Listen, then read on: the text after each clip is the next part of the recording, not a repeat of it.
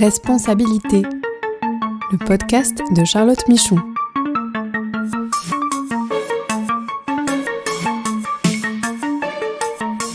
Droits humains pour comprendre les nouvelles obligations des entreprises. Bonjour à tous et bienvenue dans ce podcast consacré aux nouvelles responsabilités des entreprises en matière de droits humains.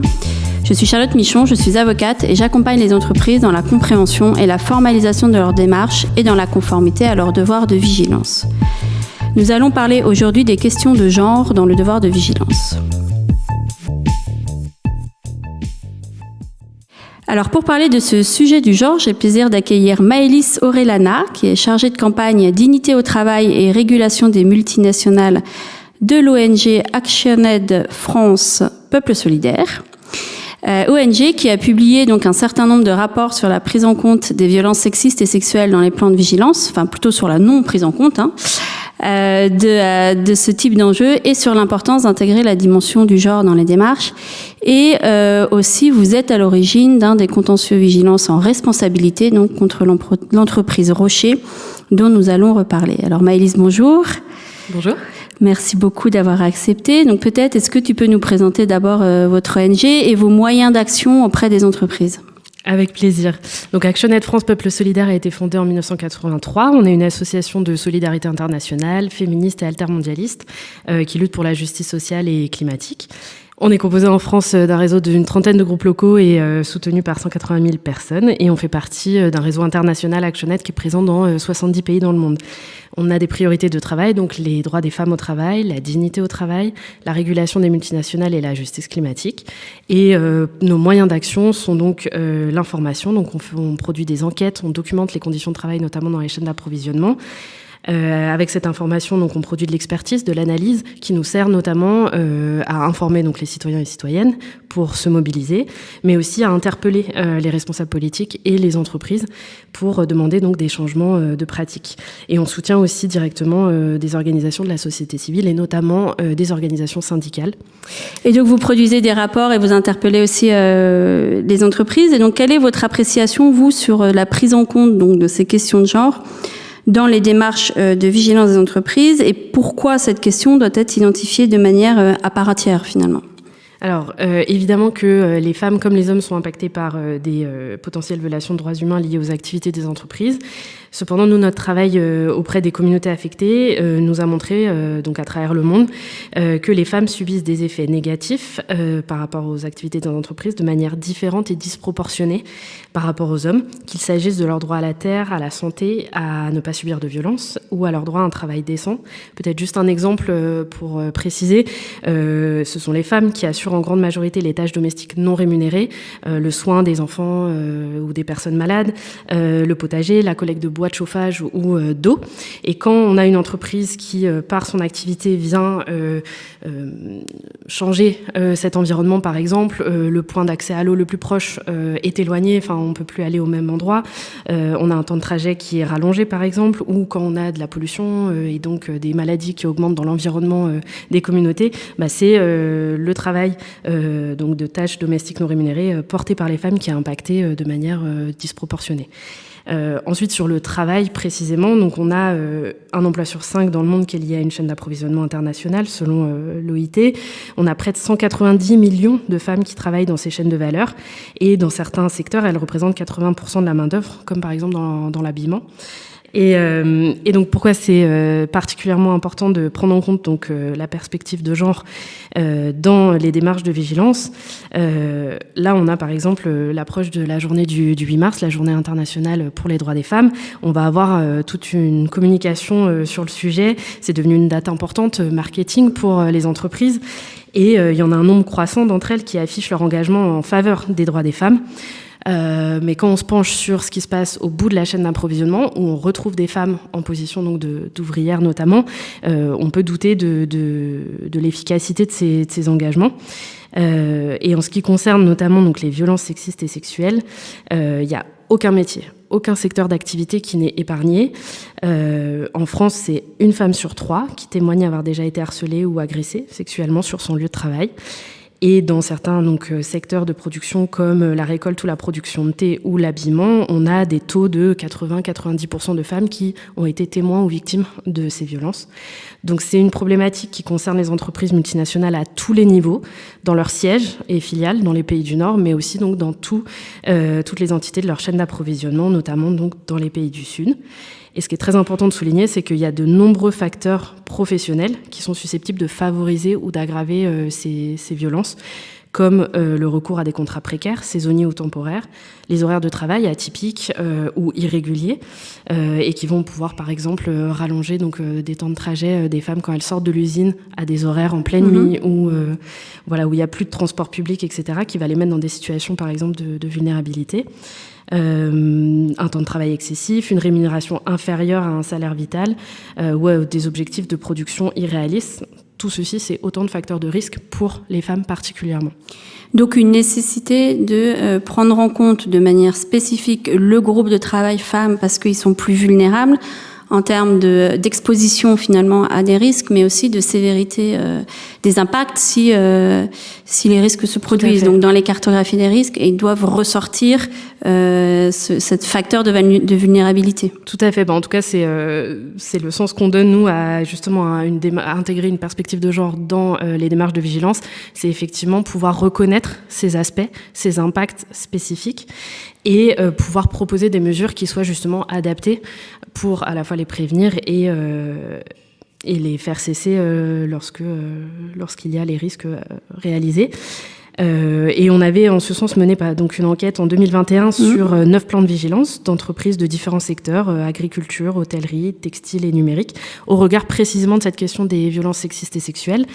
Et notre constat, c'est que dans la majorité des cas, ces violences sexistes et sexuelles ne sont pas identifiées comme des atteintes possibles aux droits humains.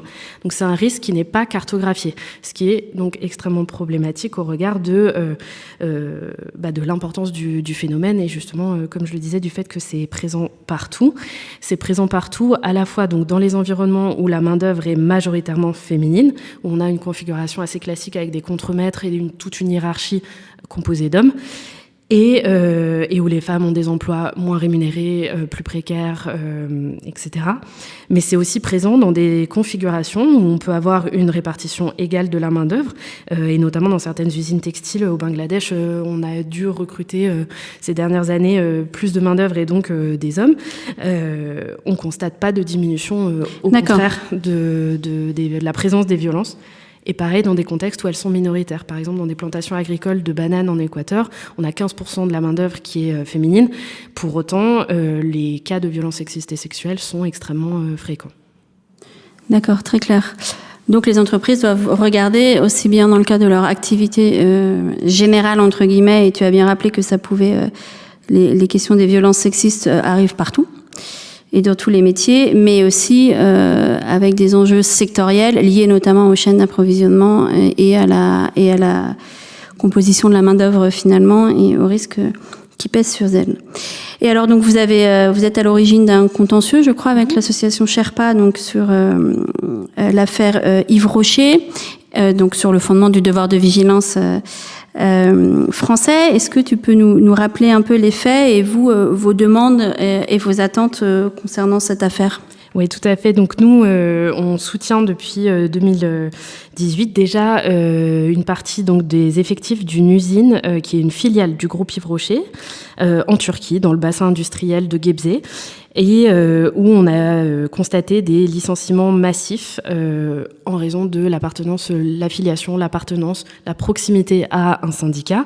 Donc pour redonner le contexte, entre mars et décembre 2018, la filiale donc du groupe Rocher a licencié ou exclu plus de 130 personnes qui étaient en majorité des femmes, puisque c'est une usine cosmétique, de production de cosmétiques, donc ces personnes venaient de s'affilier au syndicat turc Petrolish pour faire valoir leurs droits face à des conditions de travail déplorables dans l'usine selon elles.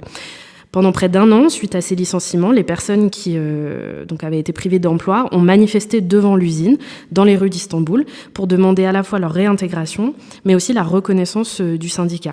Et c'est là donc que des organisations internationales comme la nôtre ont apporté leur soutien à cette mobilisation. En mars 2019, la direction de l'usine a proposé un accord, ce qui a permis, qui a été accepté, et ce qui a permis donc de requalifier la fin du contrat pour permettre à ces personnes de retrouver un travail et d'obtenir des indemnisations. Elles n'ont pas été réintégrées, mais on a eu cette requalification qui leur a permis, pour certaines, de retrouver du travail. Ce qui s'est passé, c'est que depuis 2019, le syndicat Petrolich notamment, et les personnes dans l'usine, toujours employées dans l'usine, n'ont toujours pas pu faire exercice de leur liberté syndicale et les conditions de travail ne se sont pas améliorées. Donc, en mars 2019, nous, on avait alerté le groupe, déjà, on avait fait des communications en dehors du processus précontentieux de D'accord, directement auprès du groupe Rocher en France. Ensuite, mise en demeure. Et sans réponse satisfaisante, on est passé à une étape donc d'assignation en mars 2022.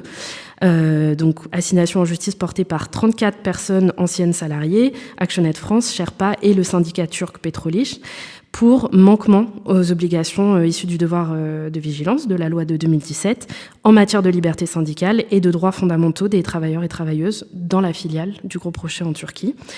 Les salariés soutiennent qu'ils ont subi donc des discriminations et des atteintes graves à leur santé et à leur sécurité, y compris des faits de harcèlement sexuel et moral. Lorsqu'ils et elles ont adhéré au syndicat pour tenter d'améliorer ces conditions de travail, ils et elles ont été intimidés, menacés et licenciés par dizaines. Et en mars 2023, il y a 47 personnes supplémentaires qui se sont joints à la procédure. Aujourd'hui, on est toujours dans l'attente de l'avancée du procédure judiciaire. On est toujours à l'étape de la mise en état. Le groupe Rocher a soulevé un certain nombre d'irrecevabilités qui ont donc ralenti l'arrivée à l'examen au fond du cas.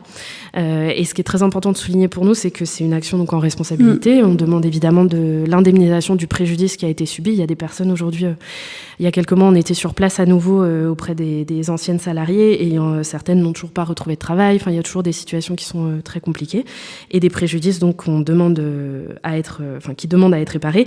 Mais c'est aussi et peut-être surtout ce qu'on nous demande avec cette action, c'est une garantie de non-répétition. C'est-à-dire qu'on souhaite que les abus qui ont été subis par ces personnes ne soient pas possibles, que ça puisse pas être réitéré. C'est un changement de pratique qu'on demande et notamment donc, par rapport à l'exercice de la liberté syndicale dans ces usines et dans ce contexte. Et dans cette filiale donc du groupe. Parce que vous n'avez pas vu d'amélioration depuis 2019, non. C'est ça, indépendamment des personnes là aujourd'hui qui ont subi les conséquences et qui font l'action. Là, il n'y a pas eu de changement, donc vous n'avez pas vu de changement par rapport aux conditions de travail et aux questions spécifiques de la liberté syndicale et de l'exercice de leurs droits. Très clair. Et donc, je précise pour nos auditeurs, j'en parle souvent, mais que c'est une action sur le deuxième fondement possible de la loi française sur le devoir de vigilance, donc une action vraiment en responsabilité civile, où il faut prouver donc le dommage, le manquement, donc au devoir de vigilance, et c'est bien le manquement de la société mère Rocher, et le lien de causalité. Et donc, ça sera un des premiers contentieux, d'ailleurs, sur ces questions. Et si on passe maintenant à un peu la suite, alors à l'heure où on enregistre le podcast, la directive européenne sur le devoir de vigilance a l'air sacrément compromise. Il y a encore apparemment un petit espoir. On aura plus d'informations d'ici 15 jours. Mais globalement, qu'est-ce que vous attendiez ou qu'est-ce que vous attendez toujours de cette future directive et en quoi elle est importante aussi par rapport à ces questions de genre et d'impact sur les femmes en particulier dans le cadre du devoir de vigilance? Alors déjà dire que effectivement le déroulé de ces dernières semaines est assez scandaleux du point de vue démocratique d'après nous, puisqu'on avait un accord politique trouvé en fin d'année dernière par les 3 institutions légitimes de l'Union européenne pour édicter des normes comme cette directive, et que là on a quelques États membres dont la France qui viennent mettre en péril tout ce processus qui dure depuis des années et qui a bien à voir avec le respect des droits fondamentaux des personnes et de l'environnement. C'est des millions de personnes qui sont concernées et voilà. Donc on espère évidemment qu'il y aura une issue positive au processus. Maintenant, donc ça fait des années que, en tant qu'organisation de la société civile, on se mobilise pour porter nos recommandations dans ce texte. Et d'un point de vue de la dimension de genre, il y a quelque chose qui est très important à rappeler, c'est que il y a des dispositions générales comme les seuils d'application de la loi, le champ du devoir de vigilance, etc., qui vont avoir des impacts potentiels sur les droits des femmes. Et après, on a des dispositions qui peuvent être plus spécifiques, dédiées à ces enjeux. Donc on a un peu ces deux niveaux d'action. Donc au niveau des négociations de la directive, on partait de loin, bon, pas de zéro, mais quand même d'assez loin. Et on arrive à un compromis qui a été moyennement satisfaisant. Mais en tout cas, ce qui est très important de rappeler, c'est que par exemple, une des dispositions qui est très importante et qu'on recommande, c'est de pouvoir inclure donc la vigilance sur l'ensemble de la chaîne de valeur, parce que les risques d'abus, en particulier envers les femmes, sont beaucoup plus grands à l'extrémité de la chaîne, qui s'étend parfois jusqu'au travail à domicile, dans l'économie informelle, et là où les femmes sont souvent majoritaires. Donc si on s'arrête au rang 1, etc., on va exclure de fait un quelconque levier d'amélioration pour ces personnes. Ensuite, on a des dispositions donc plus spécifiques auxquelles on peut penser. Donc, le fait d'intégrer une dimension de genre à toutes les étapes du processus de vigilance, c'est notamment par rapport à la consultation, l'implication des parties prenantes. Et là, le fait d'avoir une attention particulière aux risques qui sont encourus par des populations les plus vulnérables est absolument fondamental. Dans le processus d'identification des risques, et je pense que cette étape, elle est vraiment clé par rapport aux droits des femmes, on a besoin d'avoir un recueil d'informations quantitatives, qualitatives, des données ventilées par sexe, genre, âge, niveau de revenu, autant de facteurs de discrimination, et pouvoir permettre une analyse intersectionnelle des risques, comprendre comment ils interagissent entre eux et quelles sont les réalités des situations qui sont vécues sur le terrain. Donc évidemment, on attend le texte final pour pouvoir analyser vraiment dans le détail les dispositions qui seront ensuite transposées dans les droits nationaux et pour formuler des recommandations là aussi plus précises dans la transposition en France, puisque pour l'instant la loi française ne prévoit pas, c'est une loi très générale et donc qui ne prévoit pas dans le détail ce que peut être une démarche de vigilance qui prend en compte les droits des femmes. Mais il est certain que là, le texte a renforcé cette partie prenante. Sur l'accès à la justice, on a quelques dispositions aussi qui sont assez intéressantes, qui permettent d'adapter un petit peu les dispositifs pour garantir justement une participation des femmes aux espaces de décision, justement à la mise en œuvre des mesures et pour corriger un petit peu la symétrie de pouvoir qui a cours dans la plupart des situations. On attend. On attend. Ouais. Très bien. Et donc sur toutes ces questions de données d'appréciation des risques, donc vous faites beaucoup de rapports qui peuvent être évidemment utilisés notamment sur des chaînes d'approvisionnement, j'imagine. Et vous accompagnez des entreprises sur cette partie meilleure compréhension des risques. Enfin, je veux dire plutôt des entreprises pourraient venir vous voir sur certains enjeux de genre particuliers pour pouvoir s'améliorer. Alors nous, en tant qu'ONG, on a fait le choix il y a très longtemps de ne pas agir en partenariat ou en accompagnement aux entreprises. On estime qu'il y a d'autres ONG d'ailleurs ou d'autres entités qui ont ce rôle-là, qui ont cette vocation-là et qui sont expertes de ça. Nous, notre positionnement, il est de plutôt pouvoir documenter, comme je disais, d'étudier les pratiques, de dénoncer et d'alerter surtout, donc de faire remonter des informations puisqu'on est souvent en lien avec des personnes vraiment, comme je disais, en bout de chaîne. Donc quand on a des informations préoccupantes, de pouvoir les remonter aux entreprises concernées. Bien sûr, si elles sont françaises, c'est plus simple pour nous. Et là, de pouvoir demander des changements de pratiques et donc formuler des recommandations. Donc on peut avoir des interlocutions avec des directions, etc. Mais fondamentalement, notre rôle, il n'est pas de partenariat sur la durée, par contre, un rôle d'alerte en fait. Tout à fait. C'est très clair. Écoute, merci beaucoup. C'est fini pour aujourd'hui et nous nous retrouvons dans 15 jours pour un nouveau podcast.